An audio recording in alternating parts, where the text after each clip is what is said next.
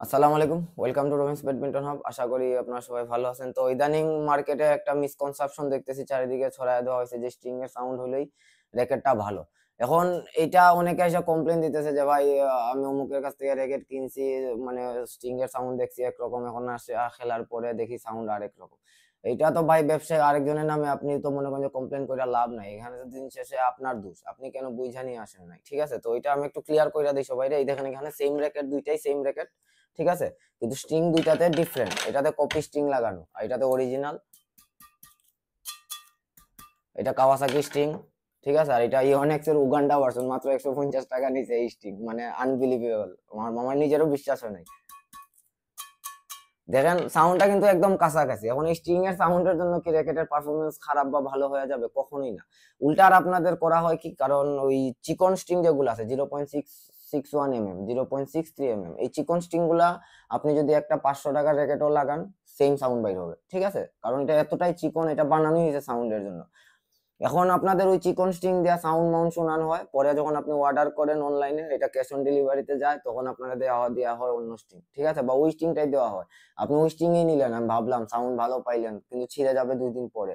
2 দিন পরে যখন আপনার স্ট্রিংটা ছিঁড়ে গেল, তখন আপনি আরেক জায়গায় স্ট্রিং করাইতে হবে। ওই স্ট্রিংটা তো আর আপনি তখন করায় লাভ হবে না, কারণ চিকন স্ট্রিং গুলা মনে করেন যে মানে চোখের বলকে ছিঁড়ে যাবে। এটা সবার জন্য না, একদম যারা হাইলি প্রফেশনাল প্লেয়ার তারা যদি ইউজ করে, যাদের বাজেটের সমস্যা নাই তারা যদি ইউজ করে, তাদের জন্য ঠিক আছে।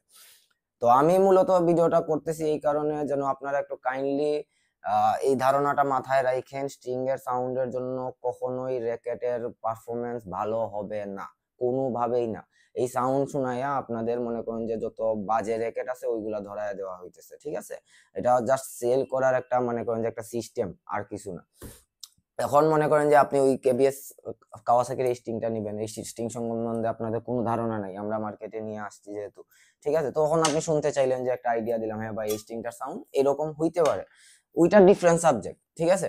কিন্তু আপনি মনে করেন যে একটা সাউন্ড শুনে র্যাকেটটা ডিসাইড করতে যাবেন না। র্যাকেট কেনার আগে প্রথম প্রায়োরিটি এইটা দিবেন যে জিনিসটা অরিজিনাল কিনা। র্যাকেটটা অরিজিনাল যদি হয় তাই দেন আপনি পরের চিন্তায় যাবেন, পরে চিন্তা করবেন যে র্যাকেটটার পারফরমেন্স কেমন হবে, ঠিক আছে? আর লরেঞ্জের যে এটা জিনিসটা, এগুলা মানে ধান্দাবাজি আর ভাউতাবাজি লরেঞ্জেই বেশি হয়, কারণ লরেঞ্জের কাস্টমাররা এগুলা বুঝে না, ওরা বুঝতে চায়ও না। আমি অনেক কাস্টমার আসে লরেঞ্জের আমাদের কাছে, ঠিক আছে? কিন্তু ওরা এগুলা বুঝতেও চায় না। ওদের কাছে এইটাই যে টান কত, কি বলে টান কত নিবে, সাউন্ড বাইর হবে কিনা। রেকেট থেকে কেন সাউন্ড বাইর হবে ভাই? রেকেটে কি স্পিকার লাগানো আছে? আপনি দেখাইতে পারবেন? রেকেট থেকে কেন সাউন্ড বাইর হবে? রেকেট থেকে কি কোনোদিন সাউন্ড বাইর হয়? সাউন্ডটা স্ট্রিং থেকে বাইর হয়, ঠিক আছে? এটা বুঝার জন্য এত শিক্ষিত হইতে হয় না, এটা একটা কমন সেন্সের একটা বিষয়, ঠিক আছে? কাইন্ডলি এগুলা জিনিস খেয়াল রাখবেন। র্যাকেটের পারফরমেন্স দেখেন, অরিজিনাল কিনা দেখেন। কপি যদি কিনেন আপনি একটা সাইড, আপনার জন্য এই ভিডিও না, ঠিক আছে? আপনি র্যাকেট অরিজিনাল কিনা দেখেন, র্যাকেটের পারফরমেন্স ভালো হবে কিনা দেখেন, আপনার বাজেটে এই র্যাকেটটা বেস্ট ডিল হবে কিনা এটা দেখেন, একটা ভালো ব্র্যান্ড কিনা এইটা দেখেন, ঠিক আছে? বাদ বাকি আপনাদের ইচ্ছা, আপনি কি করবেন না করবেন এটার জন্য আমরা মনে করেন যে কোনো দায়বদ্ধতা নাই। আমরা আমাদের অডিয়েন্সের কাছে দায়বদ্ধতা আছে, তাই ওদের ভাবলাম সবাই একটু জিনিসটা ক্লিয়ার করে দিই। ভালো থাকবেন সবাই, আসসালামু আলাইকুম।